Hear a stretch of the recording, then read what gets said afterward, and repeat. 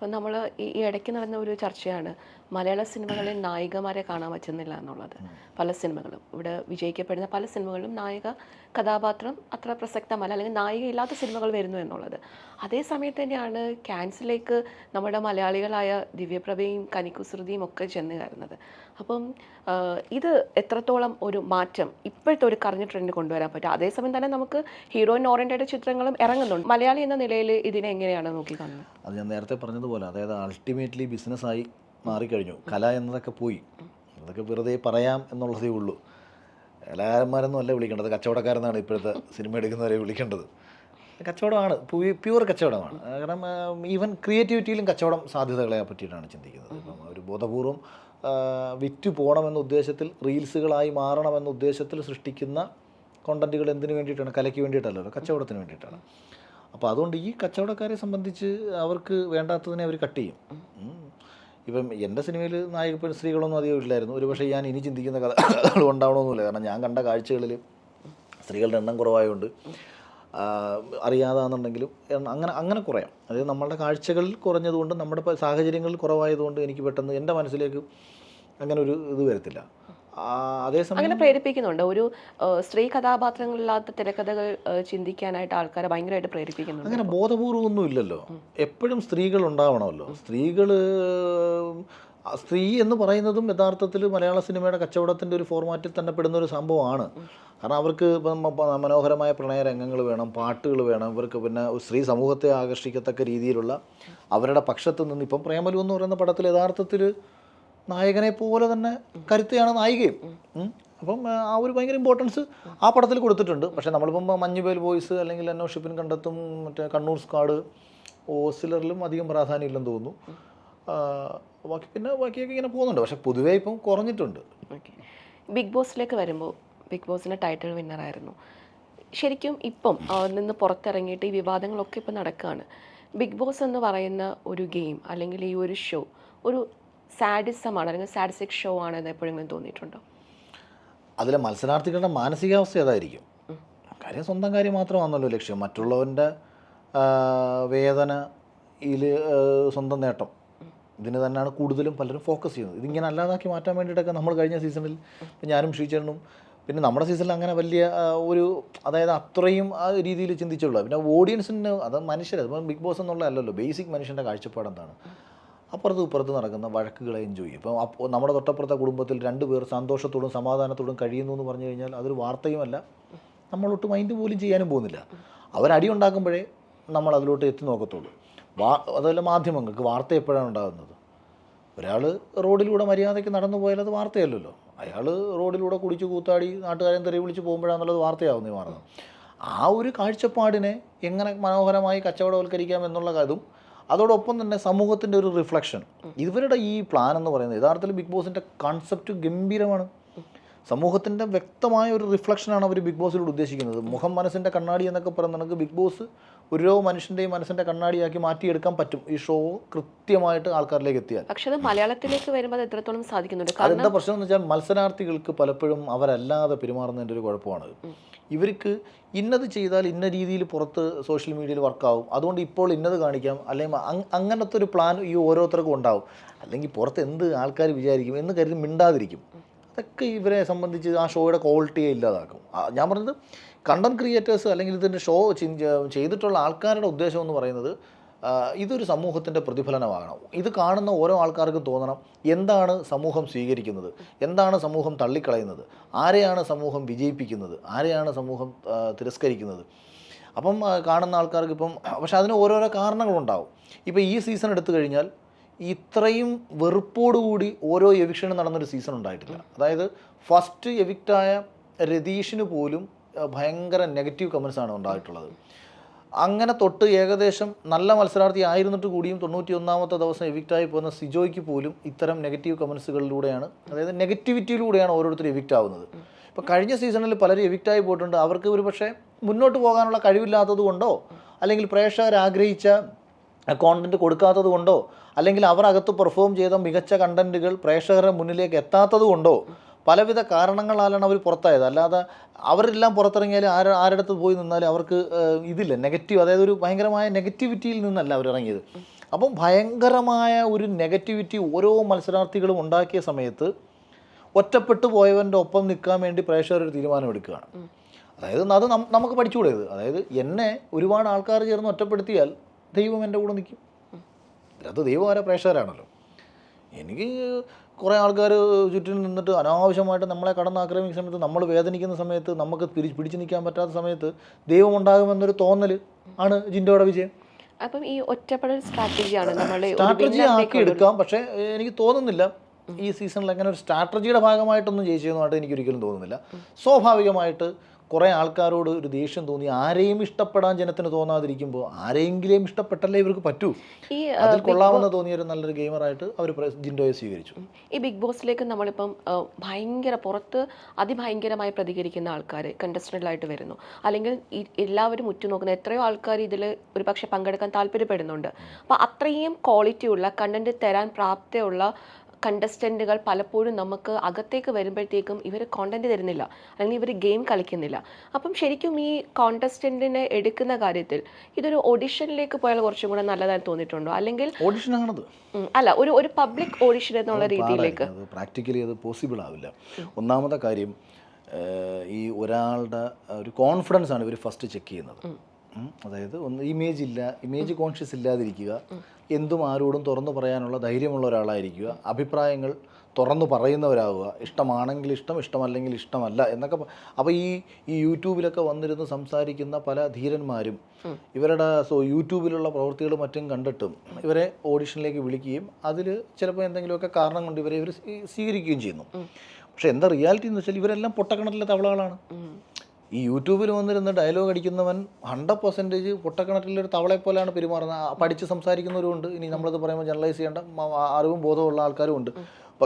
പക്ഷേ പലപ്പോഴും ഈ പൊട്ടക്കിണറ്റിലെ തവളകൾക്ക് പുറത്തേക്ക് ഇറങ്ങുമ്പോഴത്തേക്ക് അവർ കടൽ കണ്ടിട്ടില്ല, അവർ കുളം കണ്ടിട്ടില്ല. അപ്പം അന്തിച്ചു പോവും. കുളം കണ്ടപ്പോഴത്തേക്ക് എൻ്റെ അമ്മ ഇതെന്തോന്ന് ഇത്രയും വെള്ളം. പിന്നെ അപ്പോഴാണ് ഇവൻ നടന്നത് കടലെന്നൊരു സാധനം ഉണ്ടെന്ന്, അല്ലെങ്കിൽ ആറെന്നൊരു സാധനം ഉണ്ടെന്ന്. അപ്പോഴത്തേക്ക് ഇവന് മൊത്തത്തിൽ ഭ്രാന്തായി പോവും. കണ്ണാടിയുടെ മുന്നിൽ നിന്നൊരു സിംഹത്തിൻ്റെ പടത്തെ നോക്കി കുറുക്കന് വെല്ലുവിളിക്കാം. ഒരു കുഴപ്പമില്ല, ഫോട്ടോയിലിരിക്കുന്ന സിംഹം ഒന്നും ചെയ്യാൻ പോകുന്നില്ല. ഈ കുറുക്കൻ എന്തും കാണിക്കാം. ഇറങ്ങി പടാ റാസ്കൽ ബ്ലഡി ഫൂൾ, മറ്റേതാ മറിച്ചാൽ നിന്നെ വെട്ടും കുത്തും. ഇത് ഒരുത്തുനിന്ന് വീഡിയോ എടുത്തു കഴിഞ്ഞാൽ എൻ്റെ പൊന്നോ കുറുക്കൻ്റെ ധൈര്യം സമ്മതിച്ചു കൊടുത്തേക്കുന്നത്. സിംഹത്തെ കാര്യം പടത്തിയിരിക്കുന്ന സിംഹത്തെ നോക്കിയാൽ വെല്ലുവിളിക്കുന്നത്. ഇവ സിംഹത്തെ കണ്ടാൽ മുള്ളി തൂറി ആ പരിസരത്ത് പോലും പോകാതെ ഓടും. ഇതൊക്കെയാണ് ഈ പറഞ്ഞ യൂട്യൂബിലെ വീരവാദികൾക്ക് റിയാലിറ്റിയിൽ എത്തുമ്പോൾ ഉള്ളൊരു പ്രശ്നം എന്ന് പറയുന്നത്. ഇപ്പം സിബിനെ സംബന്ധിച്ചുള്ള കോൺട്രവേഴ്സീസ് ഉണ്ട്. ഇപ്പം കൂടെ നിന്ന ഷോ താങ്കൾ ടൈറ്റിൽ വിന്നറാണ് അതിലേക്ക്. അപ്പം ഈ ഒരു ഇതിലെ ബിഗ് ബോസിനെ അല്ല തള്ളി പറഞ്ഞത്, ആ ഗെയിമിനല്ല, പക്ഷെ ഉള്ള ചില ആൾക്കാരാണ് താങ്കൾ ചൂണ്ടിക്കാട്ടാൻ ശ്രമിച്ചത്. പക്ഷേ അതിനോടൊപ്പം ഒരു പക്ഷേ അഖിലിൻ്റെ കൂടെ ഗെയിം കളിച്ചവർ പോലും കൂടെ നിന്നില്ല എന്നുള്ള ഒരു കാര്യം. എല്ലാവരും ഒന്നുമില്ല, കുറച്ച് പേര്. കാര്യം അതിന് കാരണം ഉണ്ടായതെന്ന് പറഞ്ഞാൽ, ഇപ്പം ഞാൻ അങ്ങനെ ഒരു വിഷയം ഉന്നയിച്ചപ്പം എനിക്ക് പെട്ടെന്നൊരു ഓഡിയൻസിൻ്റെ ഭയങ്കര ഒരു അറ്റൻഷൻ കിട്ടി, അല്ലെങ്കിൽ എനിക്ക് വലിയൊരു സപ്പോർട്ട് കിട്ടി. അപ്പോൾ ഇവർക്ക് അത് ദഹിക്കത്തില്ല. അതായിരുന്നു ഇവരുടെ ആദ്യത്തെ പ്രശ്നം. സീസൺ 6 ഇവനാരാണ്, ഇവനെന്തോ വലിയ രാജാവ് കളിക്കാൻ നോക്കുന്നുണ്ടോ എന്നാൽ അവനെതിരെ 2 പറഞ്ഞിട്ട് തന്നെ ബാക്കി കാര്യം. ഇതായിരുന്നു ഇവരുടെ ഒരു ബേസിക് പ്രശ്നം. അപ്പോൾ അത് ഈ മത്സരാർത്ഥികളുടെ കാര്യം അങ്ങോട്ടും ഇങ്ങോട്ടും ആരെയും കണ്ടുകൂടാതെ വരുന്ന ഷോ അല്ലേ. ഇതിനകത്ത് വന്ന ആർക്കെങ്കിലും ആരോടും യഥാർത്ഥത്തിൽ വല്ല സ്നേഹമുണ്ടോ? ഒന്നുമില്ലല്ലോ. ഇവരങ്ങോട്ടും ഇങ്ങോട്ടും മാക്സിമം തമ്മിലടിപ്പിച്ച് മറ്റൊരാളെ പുറത്താക്കി തോൽപ്പിച്ച് എങ്ങനെങ്കിലും എന്തൊക്കെ ഉള്ള 50 ലക്ഷം കപ്പും കിട്ടാൻ വേണ്ടി നടക്കുന്നവരാണ് ഇവരൊക്കെ തന്നെ. അപ്പം അതുകൊണ്ട് തന്നെ ഇവരുടെയൊക്കെ മനസ്സിൽ അതിൻ്റേതായിട്ടുള്ള പ്രശ്നങ്ങളുണ്ട്. സ്വീകരിക്കുന്ന നമ്മളെ ഇഷ്ടപ്പെടുന്ന നിരവധി ആൾക്കാരുമുണ്ട്. അപ്പോൾ അങ്ങനെ കുറച്ച് പേര് പ്രതികരിച്ചു. പിന്നെ വേറെ കുറച്ച് പേര് പറഞ്ഞു, ഇപ്പോൾ അതെന്താ അർത്ഥത്തിൽ എന്തുവാ ബിഗ് ബോസിൻ്റെ കപ്പും 50 ലക്ഷം മേടിച്ചിട്ട് ബിഗ് ബോസിൻ്റെ അതിനെപ്പറ്റി കുറ്റം പറയാനാണോ ഇല്ലേ. അപ്പോൾ അത്തരം ഊളകളോട് എനിക്ക് ചോദിക്കാനുള്ള ഒരൊറ്റ ചോദ്യമേ ഉള്ളൂ. അവർ വർക്ക് ചെയ്യുന്ന മേഖലയിൽ, അല്ലെങ്കിൽ അവർക്ക് ശമ്പളം കൊടുക്കുന്ന ഒരു മേഖലയിൽ അതിൻ്റെ മുതലാളി ഒരു പർട്ടിക്കുലർ തെമ്മാടിത്തരം കാണിച്ചതായിട്ട് നിങ്ങൾ അറിയുന്നു, അല്ലെങ്കിൽ ആ പർട്ടിക്കുലർ സ്ഥാപനത്തിലെ ഏതെങ്കിലും ഒരു വ്യക്തിയിലൂടെ ആ സ്ഥാപനത്തിന് മോശം ഉണ്ടാകുന്നു എന്നറിയുന്നു. കാശും പേടിച്ച് മുതലാളിക്ക് വേണ്ടിയിട്ട് കാല് നക്കി കൊടുത്ത് നടക്കുന്നവന്മാർക്ക് ഞാൻ കാണിച്ചത് തെറ്റാണെന്ന് ധൈര്യമായിട്ട് പറയാം. ആത്മാഭിമാനവും ആത്മബോധമുള്ള ഒരാളെ സംബന്ധിച്ച് നമ്മൾ വർക്ക് ചെയ്യുന്നൊരു സ്ഥാപനമായിക്കോട്ടെ, നമുക്ക് വരുമാനത്തിനായിക്കോട്ടെ, അതിന് അച്ഛനായിക്കോട്ടെ, അമ്മയായിക്കോട്ടെ, ആരും ആയിക്കോട്ടെ, ആ വിഷയത്തിലൂടെ മറ്റൊരാൾ വേദനിക്കപ്പെടുന്നുണ്ടെന്നുണ്ടെങ്കിൽ അതിനെതിരെ നമ്മൾ റിയാക്ട് ചെയ്യണം. അപ്പം നിങ്ങൾ വർക്ക് ചെയ്യുന്ന ഈ പ്രസ്ഥാനത്തിനോട് നിങ്ങൾക്ക് ശമ്പളം തരുന്നുണ്ട്, നിങ്ങൾക്ക് എല്ലാം തരുന്നുണ്ട്. നാളെ നിങ്ങൾ ഇവിടുന്ന് ഇറങ്ങുന്നു, മറ്റൊരു സ്ഥാപനത്തിൽ വർക്ക് ചെയ്യാൻ പോകുന്നു. സ്നേഹത്തോടുകൂടി തന്നെയാണ് ഇറങ്ങുന്നത്. അപ്പോഴാണ് അറിയുന്നത് ഈ സ്ഥാപനത്തിൻ്റെ നടത്തിപ്പുകാരനിലൂടെ ഒരാൾക്ക് വലിയൊരു പ്രശ്നം സംഭവിച്ചിട്ടുണ്ട്. നിങ്ങളൊരു മാധ്യമപ്രവർത്തകയാണ്, അത് അഡ്രസ്സ് ചെയ്യുന്ന സമയത്ത് ഒരാൾ വന്നിട്ട് അതെന്തൊരു തെമ്മാടിത്തരോ നീ കാണിച്ചത്, നിനക്ക് അത്രയും നാളും ജോലി തന്ന ഒരു സ്ഥാപനത്തിൻ്റെ ആൾക്കാരത്ത് പിന്നെ ഈ ലോകത്ത് രാഷ്ട്രീയക്കാർക്ക് എന്തെങ്കിലും എതിർത്ത് പറയാൻ പറ്റുമോ? ഇപ്പം ഞാൻ പ്രവർത്തിക്കുന്ന രാഷ്ട്രീയ പാർട്ടിയുടെ ഏതെങ്കിലും ഒരു നേതാവ് ഒരു തെറ്റ് ചെയ്യുന്നു, അതിൻ്റെ അർത്ഥം അപ്പോൾ ഇവർ പറയുന്നത് എന്തുവാ, നീ നിൻ്റെ സ്വന്തം, അപ്പം നിങ്ങൾ മിണ്ടരുത്. രാഷ്ട്രീയത്തിൽ നീ എവിടെ നിൽക്കുന്നോ ആ നിൽക്കുന്ന സ്ഥലത്ത്, അല്ലെങ്കിൽ നിനക്ക് ആരന്നം തരുന്നോ ആ തരുന്ന ആൾക്കാരോട് അവരെന്ത് തെമ്മാടിത്തരം കാണിച്ചാലും, അപ്പോൾ ഈ സമൂഹം എന്താണ് ആൾക്കാരെ പഠിപ്പിക്കാൻ പോകുന്നത്? ഞാനൊരു വലിയ മാറ്റത്തിൻ്റെ തുടക്കം എന്നതുപോലെയാണ് നമ്മളിത് പറയുന്നത്. എനിക്ക് വേണമെങ്കിൽ ഈ പറയുന്ന ആൾക്കാരുടെ ഏറ്റവും ഇഷ്ടക്കാരനായിട്ട് തുടരാം. വിന്നറായ അഖിൽമാരാർക്ക് എന്ത് കാര്യത്തിനാണിത് പറയേണ്ടത്? ഇപ്പം പുറത്താക്കപ്പെടുന്ന സിബിനിത് പറയാം, കാര്യം പുറത്താക്കപ്പെട്ടവൻ്റെ ദേഷ്യമാണെന്നും ഷോയിൽ നിന്ന് പുറത്താക്കിയതിൻ്റെ വിരോധത്തിലാണ് അയാളത് പറയുന്നതെന്ന് പറയാം. ഇന്നലകളിൽ പുറത്തായിട്ടുള്ള ആൾക്കാരൊക്കെ തന്നെ ഷോയെ പറ്റി കുറ്റം പറഞ്ഞിട്ടുണ്ട്. അവരൊക്കെ പറയുന്നത് ഷോയ്ക്കെതിരെ അവർക്ക് എന്തോ കിട്ടാതെ പോയി അവരെ പുറത്താക്കിയതിൻ്റെ ദേഷ്യം കൊണ്ടാണ്. പക്ഷേ ഇപ്പം വിജയിച്ച ഞാൻ പറയുമ്പോൾ എന്തിനാണ് ഞാൻ ഇത് പറയണം? എനിക്ക് എന്ത് ആവശ്യമാണ് ഇതിൻ്റെ? ഇപ്പം നമ്മൾ വളരെ വിരളമായിട്ട് 1-2 പേരാണ് നമ്മൾ മികച്ച ടൈറ്റിൽ വിന്നേഴ്സ് എന്ന് പറയുന്നത്. അപ്പോൾ അതിൽ തന്നെ ഒരു മികച്ച ഗെയിമർ എന്ന് നമ്മൾ പറഞ്ഞ ടൈറ്റിൽ വിന്നർ ഇപ്പം ഈ അടുത്തിടയ്ക്ക് പറയാണ്, സിബിൻ ഓരോ ദിവസം ഓരോ കഥകൾ ഉണ്ടാക്കുകയാണ്, അതവൻ ഉടായ്പാണെന്ന് പറയുന്നത്. അപ്പം ഈ ഉടായ്പിനോടൊപ്പം നിൽക്കുന്ന അല്ലെങ്കിൽ പറയപ്പെടുന്ന ഈ ഒരു കഥ, അല്ലെങ്കിൽ അവർ ആരോപിക്കപ്പെടുന്ന ഈ കഥയെ, അത് അഖിൽമാരാരും അവരോടൊപ്പം നിൽക്കുമ്പോൾ അഖിൽമാരാറിനും ആ ഒരു ഇമേജിലേക്ക് വരികയാണ്, അല്ലെങ്കിൽ അത് സത്യമാണെന്ന് കൃത്യമായ ബോധ്യമുള്ളത് കൊണ്ട് തന്നെയാണോ താങ്കൾ ഈ ഫൈറ്റ്? അതായത് ഓരോ ദിവസവും ഓരോ കഥ ഉണ്ടാക്കുന്നു എന്ന് തന്നെ വെച്ചോളൂ.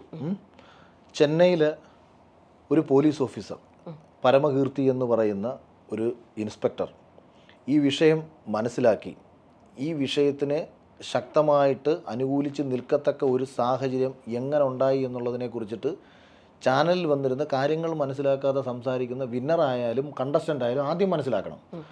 ഇത്രയും വലിയൊരു കോർപ്പറേറ്റ് സ്ഥാപനത്തിലെ ഒരു പർട്ടിക്കുലർ മത്സരാർത്ഥിക്ക് നേരിട്ട അനീതി വ്യക്തമായി ബോധ്യപ്പെട്ടതിൻ്റെ അടിസ്ഥാനത്തിലാണ് FIR ഇട്ടത്. കേസ്, അതായത് ആ പോലീസ് ഓഫീസർ കേസെടുത്തത് സ്വാധീനത്തിന് അയാൾ വഴങ്ങിയിട്ടില്ല. അവിടെ സ്വാധീനം പോവാഞ്ഞിട്ടല്ല, ഡയറക്റ്റ് ഇവരെ വിളിച്ചു, ഓരോരുത്തരെയും വിളിപ്പിച്ചു, മൊഴിയെടുക്കാൻ വേണ്ടിയൊക്കെ വിളിപ്പിച്ചിട്ടുണ്ട്. ഇത് അയാളെടുത്തത് ഇതേ കണക്ക് മാനിപ്പുലേറ്റഡ് കഥ കേട്ടിട്ടാണോ സത്യം മനസ്സിലാക്കാതെയാണോ എന്നുള്ളത് ഈ പറഞ്ഞ ആൾക്കാർ പോയി അന്വേഷിച്ച് കണ്ടുപിടിക്കട്ടെ.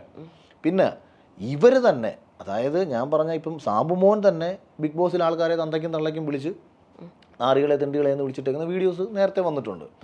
എന്നോട് അദ്ദേഹം ഫോൺ ചെയ്തപ്പോഴത്തേക്ക് ഇവരുടെ മര്യാദകേടുകളെ കുറിച്ചിട്ട് വളരെ പച്ചയായ ഒരു നാടൻ ഭാഷയിൽ തെറി ഉൾപ്പെടെ ചേർത്ത് വിളിച്ചതും എൻ്റെ ചെവിയിൽ കിടപ്പുണ്ട്. സിബിനോട് അദ്ദേഹം പറഞ്ഞത് കിടപ്പുണ്ട്.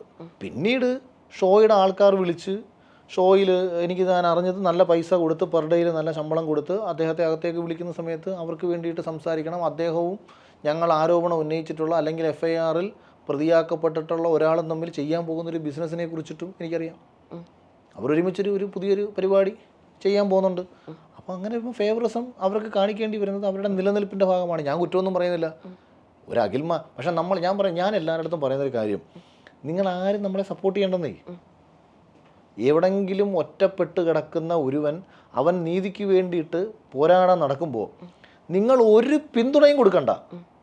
എന്തിന് നിങ്ങൾ തള്ളിപ്പറയണം? നിങ്ങൾ തള്ളിപ്പറയണം? നിങ്ങൾ അവനെ ആക്ഷേപിക്കേണ്ടത് എന്തിനാണ്? നിങ്ങൾക്ക് താല്പര്യമില്ലയോ? നിങ്ങൾ കൊടുക്കണ്ട, ഇഷ്ടമുള്ളവൻ കൊടുത്താൽ മതി. നിങ്ങളുടെ ഇഷ്ടമുള്ള മത്സരാർത്ഥികളൊക്കെ ഹൗസിനകത്തുണ്ട്. അവർക്ക് ജനങ്ങളുടെ വിധി പ്രകാരം ഓരോരോ സ്ഥാനങ്ങൾ ലഭിച്ചിട്ടുമുണ്ട്.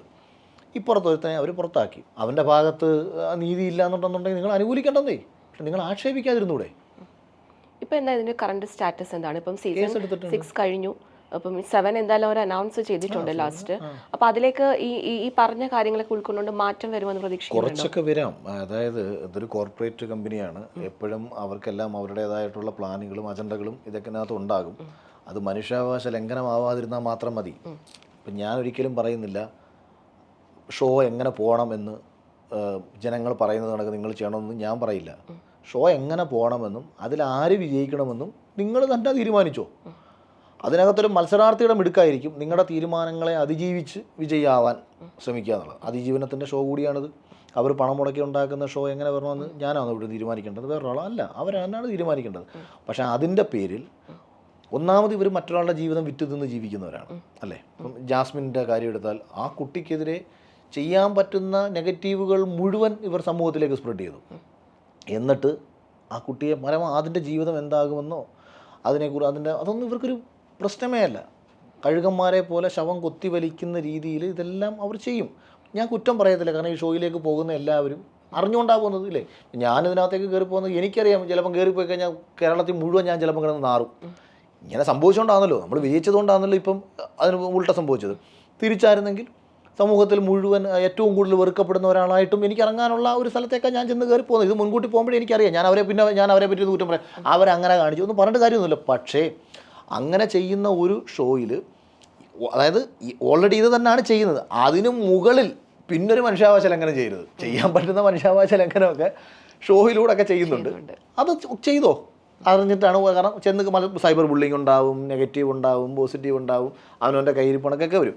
അപ്പോൾ ഇതെല്ലാം നമ്മൾ ചെയ്തിട്ട് പിന്നെ ആ താല്പര്യങ്ങൾ സംരക്ഷിക്കാൻ വേണ്ടിയിട്ട് ഒരാളുടെ ജീവിതം വെച്ച് കളിക്കത്തക്ക രീതി ചെയ്യരുത്. ഇപ്പം എനിക്കിതിനകത്ത് സിബിനെ നിങ്ങൾ പുറത്താക്കി, എനിക്കെന്താ വേണം? സിബിൻ നല്ല മത്സരാർത്ഥി അല്ലെങ്കിൽ തന്നെ ലാലേട്ടൻ വന്ന് എന്തെങ്കിലും പറഞ്ഞാൽ പേടിച്ച് വരണ്ട് അല്ലെങ്കിൽ ഇറങ്ങിപ്പോണമെന്ന് പറയുന്ന ആൾ എങ്ങനെയാണ് ബിഗ് ബോസിൽ നല്ല മത്സരാർത്ഥിയാവുന്നത്? ഒരിക്കലും അല്ല, ഞാനങ്ങനെ വിശ്വസിക്കുന്നതുമില്ല. പക്ഷേ അവനെ പുറത്താക്കുമ്പം അവന് ഭ്രാന്താണ്, അവന് അതെന്തുകൊണ്ടാണ് അത് ഇവരുടെ അതായത് ഇവനകത്ത് നടക്കുന്ന കാര്യങ്ങൾ ഇവനറിയാം. പുറത്ത് പറഞ്ഞാൽ അവനെ ഭ്രാന്താണെന്ന് പറഞ്ഞാൽ ഇന്ന് ലോകത്തെ ഏറ്റവും സിമ്പിൾ മാർഗ്ഗമല്ലേ. സത്യം പറയുന്നവന് ഭ്രാന്താന്ന് പറഞ്ഞാൽ സമൂഹം അവനെ വിശ്വസിക്കും. അതായിരുന്നു ഉദ്ദേശം. അപ്പോൾ എനിക്കത് ഭയങ്കര മോശമായിട്ട് ഫീൽ ചെയ്തു. ഞാൻ ബിഗ് ബോസിൽ പങ്കെടുത്ത ചില എക്സ് കണ്ടസ്റ്റൻസിൻ്റെ പേര് പറയാം. അവരെക്കുറിച്ച് പറയുമ്പോൾ താങ്കൾക്ക് എന്താണ് തോന്നിയെന്നുള്ളത് വൺ വേർഡിൽ പറഞ്ഞാൽ മതി. സാബുമോൻ. ഞാൻ ഷോ കാണാത്തത് കൊണ്ട് എനിക്കറിയത്തില്ല. നല്ല മികച്ച മത്സരാർത്ഥിയായിരുന്നു എന്ന് പറഞ്ഞ് ഞാൻ കേട്ടിട്ടുണ്ട് എന്നതിനപ്പുറത്തേക്ക് എനിക്കിവരെയൊന്നും ഞാൻ ഇതിനകത്തൊരു കുഴപ്പമുണ്ട് കേട്ടോ. ഇതിനകത്ത് ഞാൻ ഒരു ഷോയും കണ്ടിട്ടില്ല. അതുകൊണ്ട് ഷോ അടിസ്ഥാനത്തിൽ ഇവരെ വിലയിരുത്താൻ പറഞ്ഞാൽ എനിക്കറിയത്തില്ല. പിന്നെ ബാക്കിയെല്ലാം വ്യക്തിപരമായി പോകും. അപ്പം വ്യക്തിപരമായിട്ട് പറയാനൊന്നുമില്ല. നമുക്ക് എല്ലാവരുടെ അടുത്തും സ്നേഹമേ ഉള്ളൂ, പ്രത്യേകിച്ചൊന്നുമില്ല. ഈ രജത്തേട്ടനിലൂടെയാണ് ഞാൻ ബിഗ് ബോസ് അറിയുന്നത്. അതായത് ഇദ്ദേഹം എയർപോർട്ടിൽ വന്നിറങ്ങുമ്പോൾ ഒരു ക്രൗഡുണ്ടായി. ആ വാർത്ത കണ്ടപ്പോഴത്തേക്ക് എന്തടിസ്ഥാനത്തിലാണ് ഈ ആൾക്കാർ ഇവരെയൊക്കെ കാണാൻ വേണ്ടി പോകുന്നത്, ഇവരൊക്കെ എന്താണ് അതിനകത്ത് ചെയ്തിട്ടുള്ളത്? ആദ്യം ഒരു പുച്ഛവും, ജനങ്ങളോടൊരു പുച്ഛവും, ഇതെന്താണ് സംഭവം എന്ന് അറിയാം. അപ്പം അങ്ങനെ നമ്മളെ ബിഗ് ബോസിലേക്ക് ശ്രദ്ധിപ്പിച്ച ആൾ രജത് കുമാറാണ്. റോബിൻ. ഞാൻ ബിഗ് ബോസിലേക്ക് പോകാൻ ഒരു നേരിട്ടോ അല്ലാതെയോ കാരണമാകുന്നത് ഒരു പക്ഷേ റോബിനായിരിക്കും. കാര്യം എന്തെന്ന് വെച്ചാൽ, റോബിൻ എന്നെ ഞാനൊരു ചാനൽ ചർച്ചയിൽ പരാമർശിക്കുകയും അതിനെ തുടർന്ന് റോബിൻ്റെ ഫാൻസുകാരെല്ലാവരും കൂടെ വന്നിട്ട് അന്ന് നമ്മളെ തെറി വിളിക്കുകയും അവരുടെ തെറിവിളി കേട്ടപ്പോഴത്തേക്ക് ഒരു വാശി തോന്നുകയും, എന്നാൽ പിന്നെ ഞാനും കാണിച്ചു തരാം, ബിഗ് ബോസിൽ ഇതൊക്കെ നമുക്കും പറ്റിയ പണി തന്നെയാണ്. അങ്ങനെയാണ് യാതൊരു തീരെ താല്പര്യമില്ലാതിരുന്നൊരു ഷോയിലേക്ക് പോകാൻ എന്നെ പ്രേരിപ്പിക്കുന്ന കണക്ക് എന്നെ വാശി കയറ്റിയതാണ്. ഇത് പണ്ടേ എൻ്റെ ഒരു സൂക്കേടാണ്. എന്നെ കൊണ്ട് ഒരാൾ ചെയ്യാൻ പറ്റത്തില്ല എന്ന് പറഞ്ഞ് കളിയാക്കി കഴിഞ്ഞാൽ അത് ചെയ്ത് കാണിച്ചു കൊടുത്തിട്ട് മാറിയിരിക്കുക എന്നുള്ള സ്വഭാവം എനിക്കുണ്ട്, പണ്ടുമുണ്ട്. അതെനിക്ക് അങ്ങനൊരു സ്പോർട്സ്മാൻ നമ്മുടെ ഉള്ളിലുണ്ട്. ഇപ്പം ഈ സിനിമ അതെ, ഇപ്പം ഫസ്റ്റ് സിനിമ എടുത്ത് എന്തുകൊണ്ടാണ് ഒരു ഷോർട്ട് ഫിലിം പോലും എടുക്കാൻ നിനക്ക് അറിയത്തില്ല എന്ന് കളിയാക്കിയവരുടെ മുന്നിൽ ഒരു സിനിമ എടുക്കുക. അത് സൂപ്പർ ഹീറ്റ് സിനിമ എടുക്കുക എന്നുള്ളതല്ല. ഇപ്പം കുറേ ആൾക്കാർ കളിയാക്കുന്നുണ്ട്, ഇവനെ കൊണ്ട് സിനിമയൊന്നും എടുക്കാൻ പറ്റത്തില്ല, ചെയ്യാൻ പറ്റത്തില്ല. ഞാൻ ഈ ഒരു ചെവികളൊക്കെ വേറെ ചെവികളും കളയും. കാര്യം ഇത്തരം വിട്ടിത്തരങ്ങൾക്ക് ഞാൻ ചെവി കൊടുക്കേണ്ട കാര്യമില്ല. കാര്യം ഒന്നുമില്ലാതെ തെണ്ടിത്തിരിഞ്ഞ് കിടന്ന ഒരു അഖിൽ കോട്ടാത്തിലേക്ക് ഒരു സിനിമ എടുക്കാൻ പറ്റിയെങ്കിൽ ബിഗ് ബോസിൽ വിജയിച്ച് മലയാളികളുടെ ഇത്രയും ഇഷ്ടവും ഒരുപാട് കോൺടാക്ട്സും അത്യാവശ്യം കയ്യിൽ പൈസയും ഒക്കെ വരുന്ന സാഹചര്യത്തിൽ എനിക്കൊരു സിനിമ എടുക്കാൻ ഒരുത്തനെയും ബോധിപ്പിക്കേണ്ട കാര്യമില്ല. ഞാൻ ഇന്ന് വിചാരിച്ചാൽ എനിക്ക് അടുത്ത ആഴ്ച പടം അനൗൺസ് ചെയ്യാൻ പറ്റും. പക്ഷേ അത് ഞാൻ ചെയ്യുന്നില്ല. അതെപ്പോൾ വേണമെന്നുള്ളത് എൻ്റെ തീരുമാനത്തിലേക്ക് ഞാൻ മാറ്റി വെച്ചേക്കാണ്. ശോഭ. എൻ്റെ വിജയത്തിന് ഒരു അവകാശികളിൽപ്പെട്ട ഒരാളെന്നൊക്കെ വേണമെങ്കിൽ പറയാം. കാരണം നമ്മുടെ ഓപ്പോസിറ്റ് കണ്ടൻറ്റുകൾ ഉണ്ട്. അതായത് നമ്മളിപ്പോൾ എല്ലാവരും വന്ന് എന്നെ അനുകൂലിച്ച് കഴിഞ്ഞാൽ മത്സരം ഇതിന് ഭംഗിയില്ലല്ലോ. നമ്മളെ എതിർക്കാൻ ആൾക്കാരുണ്ടാവണം. അങ്ങനെ എതിർത്തതിൽ ശോഭ, ജുനൈസ് ഇവരൊക്കെ തന്നെ ആയിരുന്നു കഴിഞ്ഞ സീസണിൽ ഒരല്പമെങ്കിലും. അതായത് ഇപ്പം നമ്മളെ എതിർക്കുന്നത് നല്ലതോ മോശമോ വിഷയത്തിൻ്റെ മെറിട്ടോ ഒന്നുമല്ല, പ്രേക്ഷകർക്കിടയിൽ നമ്മളെ എതിർക്കാൻ ഒരാളുണ്ടായിരുന്നു എന്നുള്ളത് വെച്ചിട്ട് നമ്മുടെ വിജയത്തിനകത്ത് അവർക്കൊക്കെ അവകാശമുണ്ട്. ഷിജു. ബിഗ് ബോസിനകത്ത് നമ്മളെ നിലനിർത്തിയതിൽ വളരെ ആത്മാർത്ഥമായിട്ട് ഉണ്ടായിരുന്ന ഒരു വ്യക്തിത്വം. ഒരു പക്ഷേ ശ്രീചേട്ടൻ ഇല്ലായിരുന്നെങ്കിൽ എനിക്ക് പറയാനുള്ളത് പുറത്തേക്ക് എത്തിക്കാൻ ഉള്ളൊരു ഓപ്ഷൻ ഇത് ഞാൻ കൺഫ്യൂഷനായിപ്പോയി. കാര്യം എനിക്കൊരിക്കലും ക്യാമറയുടെ ഫ്രണ്ടിൽ പോയി എന്നിട്ട് ഒറ്റയ്ക്ക് ഐഡിയാസോ കാര്യങ്ങളോ പറയാൻ പറ്റില്ല. അപ്പം ശ്രീചേട്ടൻ്റെ തമ്മിൽ എനിക്ക് ഡിസ്കസ് ചെയ്യാം. അതോടൊപ്പം തന്നെ വളരെ ആത്മാർത്ഥമായ രീതിയിൽ ബിഗ് ബോസ് ഹൗസിനുള്ളിൽ നമ്മുടെ ഒപ്പം കട്ടയ്ക്ക് നിന്ന ഒരാൾ ജാസ്മിൻ. ഈ സീസണിലെ ജാസ്മിനെ കുറിച്ച് ആലോചിക്കുമ്പോൾ ഭയങ്കര സഹതാപം തോന്നുകയാണ്. ഭയങ്കര മികച്ച പൊട്ടൻഷ്യലുള്ള ഒരു പെൺകുട്ടി. ഒരു എന്താ പറയുക, ഒരു പക്ഷേ സീസണിലെ വിന്നറൊക്കെ ആയേക്കാൻ മറ്റാരേക്കാളും അർഹതയുള്ള ഒരു കുട്ടിയായിരുന്നു ജാസ്മിൻ.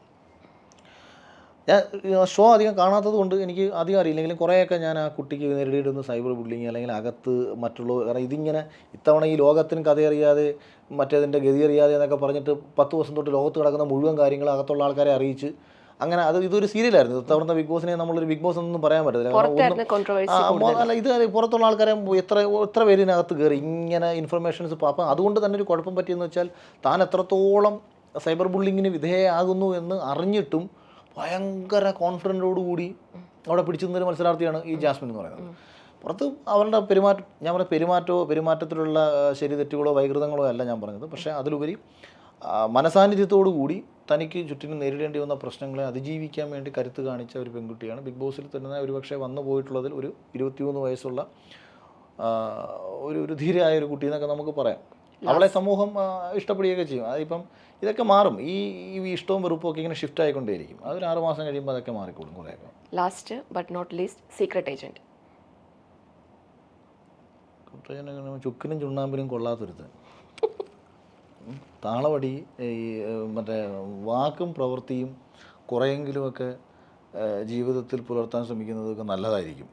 നമ്മൾ ഇപ്പം ഞാനിത് ഇങ്ങനെ ഈ രീതിയിൽ തന്നെ ഞാൻ പറയാനുള്ള കാര്യം എന്തെന്ന് വെച്ചാൽ, അവനകത്ത് വെച്ചിട്ട് പറയുന്നു, ഞാനത് കണ്ടന്റ് ഞാൻ കേട്ടു, ഞാൻ ഇനി മുതൽ പഴയ സീക്രട്ട് ഏജൻ്റ് എന്ന മൃഗമല്ല, ഞാൻ ഇനി മനുഷ്യനാവാൻ തീരുമാനിച്ചിരിക്കുകയാണ്.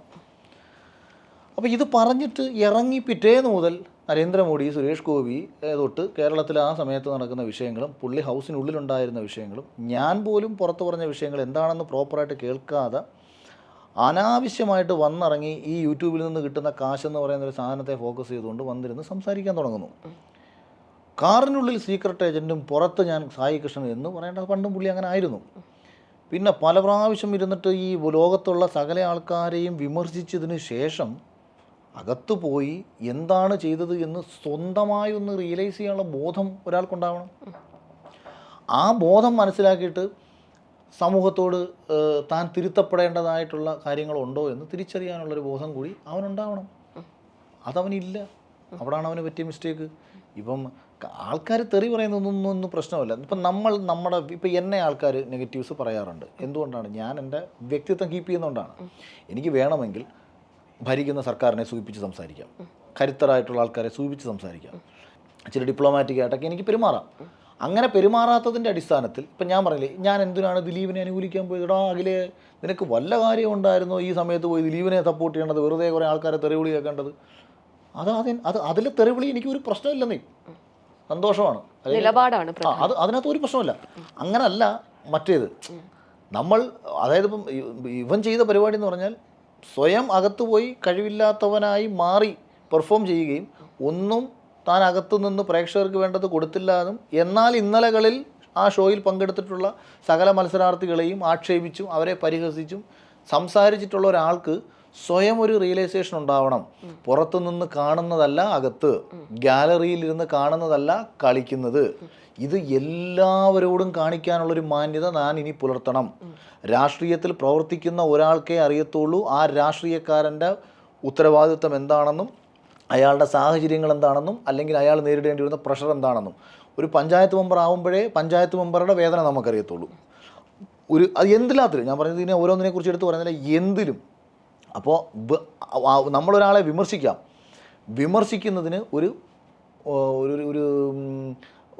കറക്റ്റ് പോയിന്റുകൾ ഉണ്ടാവണം. വ്യക്തിപരമായി മാറരുത്. പലപ്പോഴും വ്യക്തിഹത്യകളാണ് ഇവരെല്ലാം ചെയ്തുകൊണ്ടിരിക്കുന്നത്. സിനിമയെക്കുറിച്ച് പറഞ്ഞാലും വ്യക്തിഹത്യകളാണ് പലപ്പോഴും ചെയ്യുന്നത്. അതിനെ നിങ്ങൾ പഠിച്ച് മനസ്സിലാക്കി തിരുത്തപ്പെടേണ്ട കാര്യങ്ങൾ നിങ്ങൾ മുന്നോട്ട് വയ്ക്കും, പുതിയ ആശയങ്ങൾ മുന്നോട്ട് വയ്ക്കും. ഒരു രാഷ്ട്രീയ പാർട്ടിയുടെ നേതാവിനെ നിങ്ങൾ പരിഹസിക്കാതെ ആ നേതാവ് എന്താണ് ചെയ്യേണ്ടത് നിങ്ങൾ മുന്നോട്ടൊരു ആശയം വെച്ചിട്ട് അത് ചർച്ച ചെയ്യിപ്പിക്കും. ബേബി അൾട്ടിമേറ്റിൽ ഉണ്ടാവും. ഒരിക്കലും എന്നെ വിളിക്കത്തില്ല. കാരണം ഒന്ന്, ഞാൻ വിന്നർ ആയതുകൊണ്ട്. ഇനി വിന്നർ അല്ലാതെ വല്ലാത്ത ആളായിരുന്നുണ്ടെന്നുണ്ടെങ്കിൽ എന്നെ ആ 7 അവരടിപ്പിക്കത്തില്ല. ഓക്കെ, എപ്പോഴും സ്വപ്നങ്ങൾക്കൊപ്പം സഞ്ചരിക്കുന്ന ആളാണ്. അല്ലെങ്കിൽ എനിക്ക് ഒരിക്കലും ഞാൻ പോകത്തില്ല കേട്ടോ. ഇനി അങ്ങനെ വിളിച്ചാലും ഇപ്പം ഇങ്ങനൊരു കോൺട്രവേഴ്സികൾ വന്നില്ലെന്ന് വെച്ചോ. ഇപ്പോൾ പലരും പറഞ്ഞു ഇങ്ങനൊരു കോൺട്രവേഴ്സി ഉണ്ടായില്ലായിരുന്നുണ്ടെങ്കിൽ ഹോട്ടൽ ടാസ്കിൽ അഖിലേട്ടനെ വിളിച്ചേനെന്ന്. സത്യത്തിൽ പോകാതിരിക്കുന്നതാണ് ഏറ്റവും ബുദ്ധി.